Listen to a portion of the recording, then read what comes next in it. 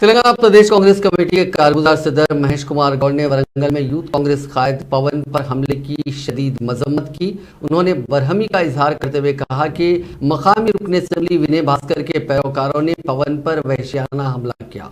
उन्होंने सवाल किया कि अगर बीआरएस के करप्शन के पोस्टर लगाए जा रहे हैं तो कांग्रेस के कारकुनों पर हमला कैसे किया जा सकता है। उन्होंने कहा कि अगर कांग्रेस कारकुन भी जवाबी हमला करते हैं तो ऐसी सूरत हाल पैदा हो जाएगी कि बीआरएस एमएलए को रियासत छोड़नी पड़ेगी।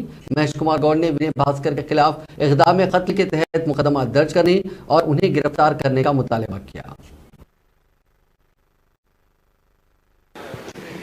टीआरएस सरकार तेलंगाना में आने के बाद ना डेमोक्रेसी को रेस्पेक्ट कर रहे हैं, ना कॉन्स्टिट्यूशन को रेस्पेक्ट कर रहे हैं। चंद पुलिस और आईएएस ऑफिसरों को गोद में लगा के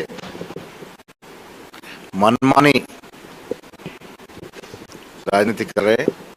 कल वरंगल में विश्व संगठन युवक कांग्रेस के नेता पवन के ऊपर विनय भास्कर लोकल एमएलए के आदमियां गुंडे लोग जो अटैक करे, ये एंटी डेमोक्रेटिक है। पुलिस सख्त कार्रवाई शुरू करनी चाहिए। कांग्रेस पार्टी डिमांड कर रही विनय भास्कर को 307 के अंदर केस बुक करके उसको अरेस्ट करना है। कांग्रेस पार्टी टीआरएस सरकार के ऊपर, मिनिस्टरों के ऊपर, एमएलएस के ऊपर चार्जशीट दे रही है। क्या गलती है? डेमोक्रेसी में नेता लोग करे सो गलतियों को अपोजिशन पार्टियां खुलासा करते, ये रिवाज है। वही सिलसिले में हम कल विनय भास्कर के ऊपर चार्जशीट खोलने गए।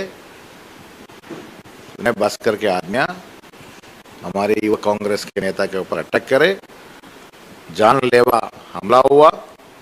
अभी हॉस्पिटल में वो सीरियस पड़ा है।